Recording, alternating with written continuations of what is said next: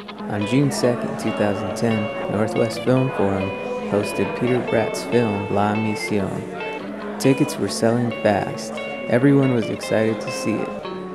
Here's what people had to say. I think it's the first of its kind. I think that it attacks a very important topic, many important topics. I live across the bay in Oakland. The film rocked.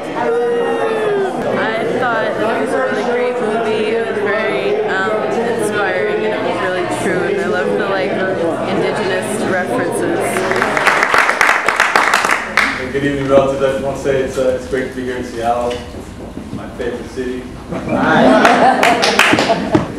Yeah, the film screened in 2009 at Sundance Film Festival in January, and then we did the festival circuit for about a year, trying to secure distribution. And then after about a year, a really small company picked up the film, and we released nationally April 9th in New York and LA, and then since then we've been rolling out in a different city.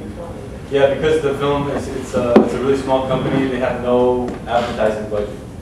So you guys saw Iron Man came out, Prince of Persia, and you saw ads on every bus station and every bus stop and TV ads, and we have no money for any advertising. So what we do is we go around with the film, we do Q&As like I'm doing right now, and we encourage people to join our La Mission Facebook page.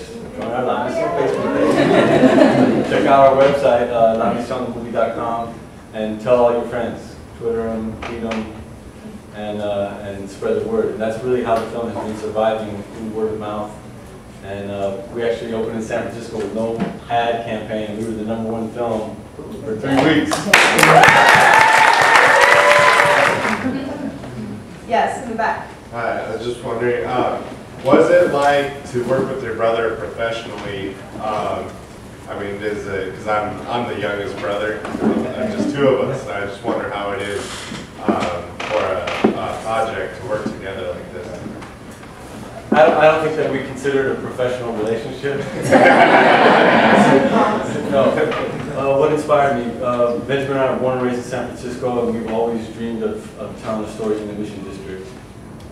And we went to school with a kid named Che, and he did start one of the first lowrider clubs, and he was a single parent, and he does drive the community bus, and he's a really larger-than-life character. In fact, a lot of the lines from the film are his.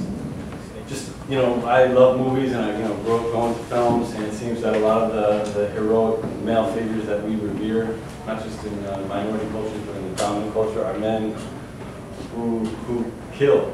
And a lot of the stories that we go to see are resolved using violence, and so I wanted to draw a character who's familiar, who's kind of cut from the same cloth and Che's as somebody who uses force to negotiate life. But I wanted to put him in a situation where he couldn't, punch his way out of it or shoot his way out of it. And in a lot of ways, he's a metaphor for the culture that we live within.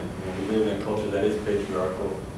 We need to go through some changes, I think, that are going to be tough in order to reach full maturity. And Che, I think, is on his road to maturing as a human being. And definitely his son helps him.